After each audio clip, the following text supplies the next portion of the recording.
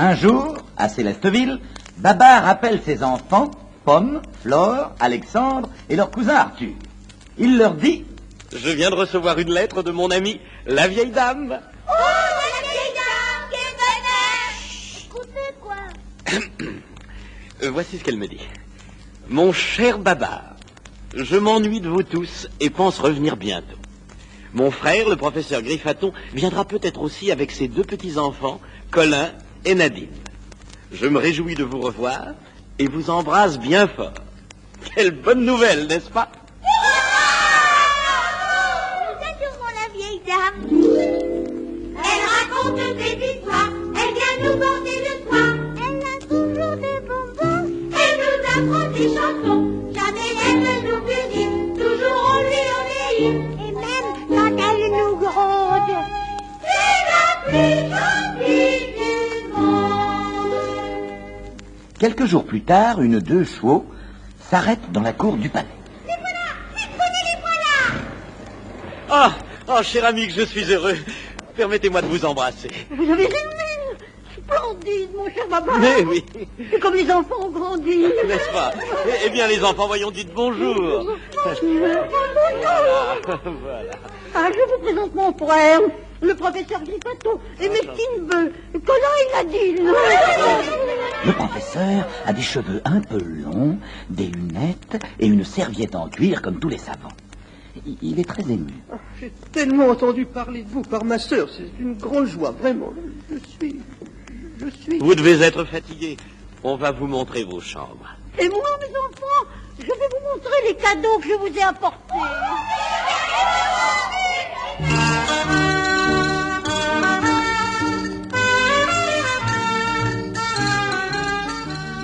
Le lendemain, le professeur Griffaton emmène les enfants à la chasse aux papillons. Suivez-moi, mes enfants, et marchez doucement. Vous allez voir comment un professeur s'y prend. Oui, nous allons voir comment un professeur s'y prend. Voici un papillon qui est pour Griffaton. Admirez ses antennes, c'est un beau spécimen. Admirons ses antennes, c'est un beau spécimen. Comment s'appelle-t-il? C'est un rarium pécus. Attention, ne manquons pas d'attraper cet autre.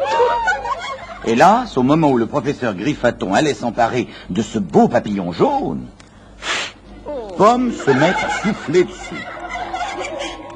Voilà qui est tout à fait ridicule, mon cher Pomme, tout à fait ridicule. Pardon, monsieur le professeur. Cependant, Nadine, qui s'était éloignée, appelle tout à coup. Alexandre, non, oui, venez vite. J'ai fait une découverte extraordinaire. Qu'est-ce que c'est? Venez. Regardez, derrière les branches, une grotte. Elle est immense. Ce sera notre maison. On va l'installer. Je vais chercher des coussins pour que la vieille dame puisse s'asseoir. Et moi du lanterne, et moi un balai.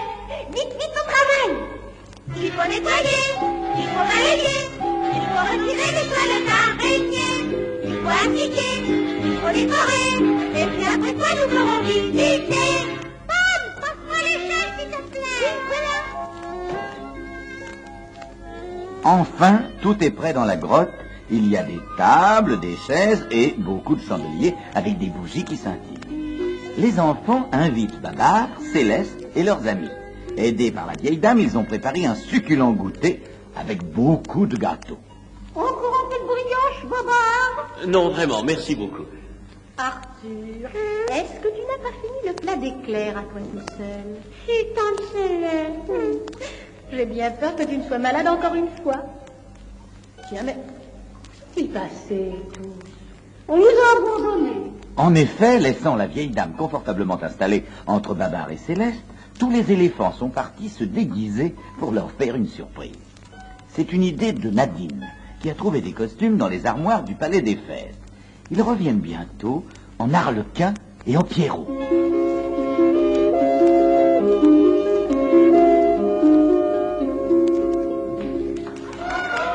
En danseuse et en Louis XIV.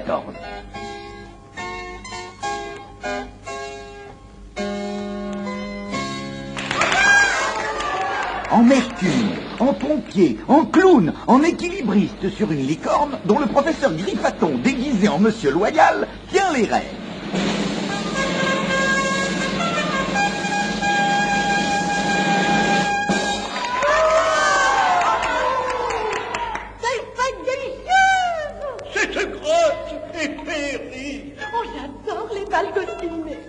Cependant, Alexandre est revenu dans les coulisses pour changer son costume. Mais il a une mauvaise idée. Il se dit... Si j'allais voir où conduit ce tunnel. Saisissant une lanterne, il avance avec précaution. Après avoir tourné plusieurs fois, le couloir débouche devant un grand trou.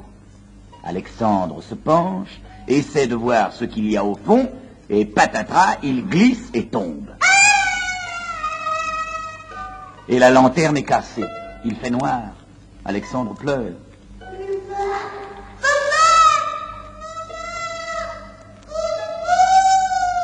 Enfin, les autres finissent par l'entendre et arrivent avec des lampes électriques.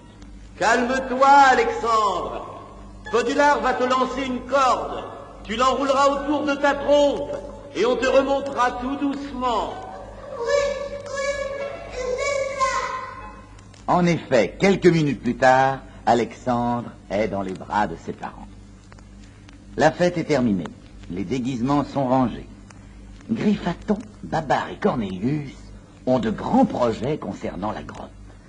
Ils décident d'y organiser une expédition.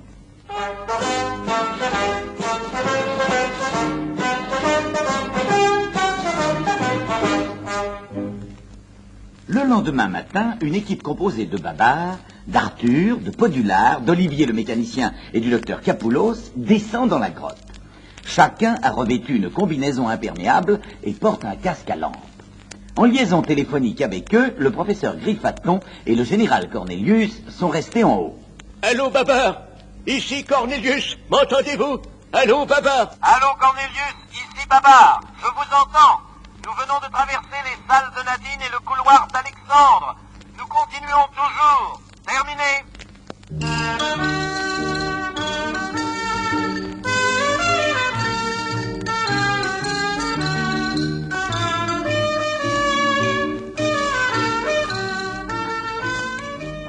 Allô, Babar. Ici Griffaton. Ici Griffaton, m'entendez-vous? Est-ce que tout va bien? Allô, Griffaton, je vous entends. Nous nous trouvons maintenant dans une forêt extraordinaire. Une forêt de cristal. Ce sont des stalactites. Si vous les frappez en cadence, vous obtiendrez une charmante musique.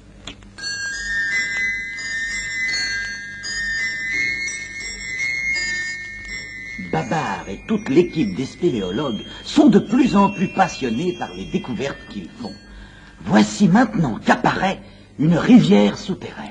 Allô, professeur, ici Babar. Demandez s'il vous plaît à Hachi Bombotard et à Pilophage de descendre des canaux pneumatiques. Quant à vous, voulez-vous nous rejoindre? Nous allons voir où conduit cette rivière. Et bientôt, 6 canaux glissent sur une eau merveilleuse, au milieu des stalactites et des voûtes ténébreuses. Oh, regardez, une immense statue. C'est la statue du roi des mammouths. La vieillard nous a raconté son histoire à l'école. Encore impressionnés par ces découvertes, Babar et ses amis se retrouvent soudain sur le lac de Célesteville, presque aveuglés par la lumière. Jamais ils n'auraient pensé que la grotte de Nadine conduisait jusque-là.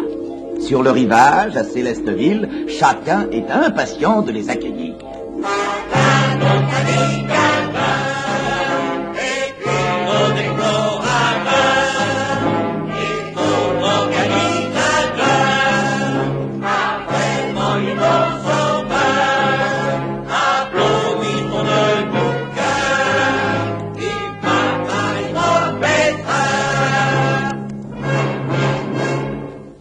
Quelques jours ont passé.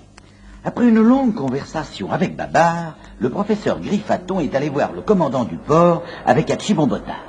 Voilà, mon commandant.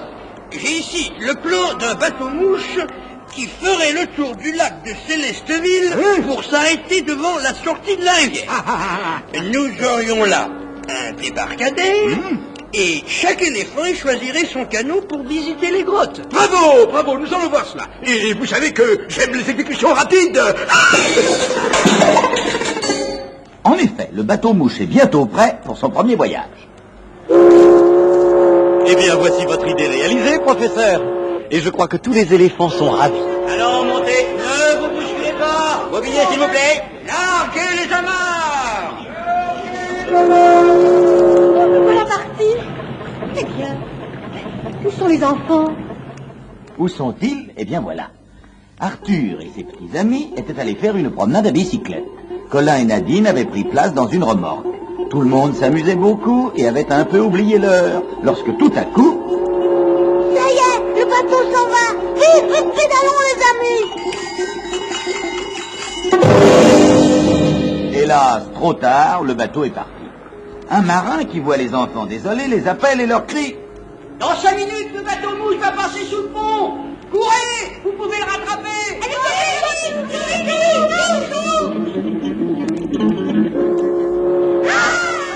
échelle de peur.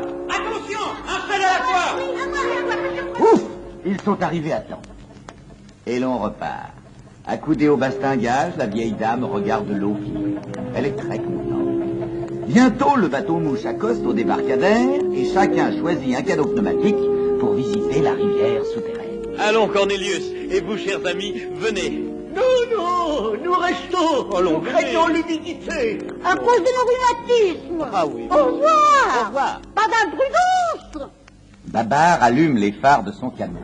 Chacun en fait autant et la grotte s'illumine. C'est une promenade magnifique. C'est merveilleux. Vous n'avez pas froid? Et c'est le retour triomphal. Les éléphants qui n'ont pu trouver de place sur le bateau-mouche sont massés sur le port et agitent leurs chapeaux. Ils font des projets. Demain, nous arriverons en avance pour avoir de la place. Je serai le premier. Pas du tout. Ce sera moi.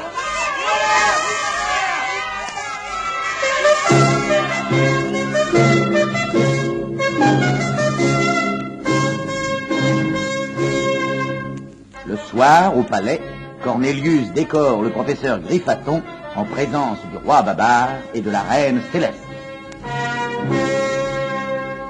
En vertu des pouvoirs qui me sont conférés par notre roi Babar, dit le bien-aimé.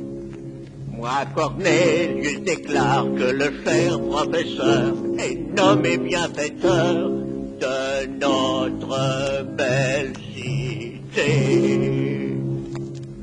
Professeur Griffaton, voici votre médaille.